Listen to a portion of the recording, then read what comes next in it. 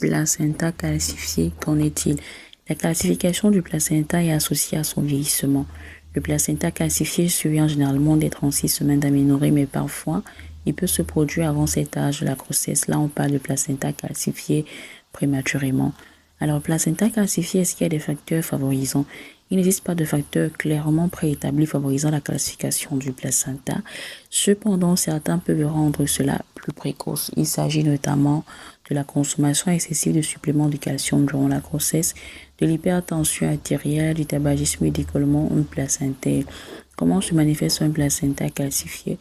Quels sont les signes et symptômes s'il y en a? Un placenta calcifié se caractérise principalement par l'accumulation des dépôts de calcium sur le placenta. Cela est identifié lors d'une échographie par vérification des dépôts de calcium. La calcification du placenta est souvent associée à moins de mouvements de bébé, présence de certains saignements ou saignements, des douleurs légères à aiguës dans le bas du dos et parfois le ralentissement de l'évolution utérine. Alors, est-ce que cela a des conséquences chez le bébé?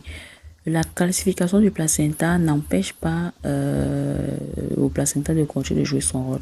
Il continue le transfert de l'oxygène et des nutriments vers le bébé. Tout ceci se produit si et seulement si la calcification n'est pas précoce, c'est-à-dire ne se produit pas avant 36 semaines d'aménorrhée. Cependant, si elle se produit avant 36 semaines d'aménorrhée, là on parle de calcification prématurée du placenta. Lorsque cela survient, le placenta est donc dans l'incapacité de remplir ses fonctions. Dès lors, il ne transmet plus efficacement de l'oxygène et des nutriments du bébé, ce qui nuit à son développement, allant jusqu'à pouvoir entraîner un retard de croissance intra-utérin. Un accouchement prématuré, une morte-naissance, un faible poids de naissance, des difficultés respiratoires à la naissance. Les grossesses les plus susceptibles de subir ces complications sont les grossesses compliquées accompagnées de certaines pathologies telles que le diabète, l'hypertension artérielle, l'anémie, le placenta prévient. Au final, il est bon d'avoir une alimentation saine durant la grossesse, de consommer également beaucoup d'aliments riches en oxydants tels que la betterave, les carottes, les pruneaux, les canneberges, les crevettes bien cuites, les choux rouges et de bien suivre vos visites prénatales.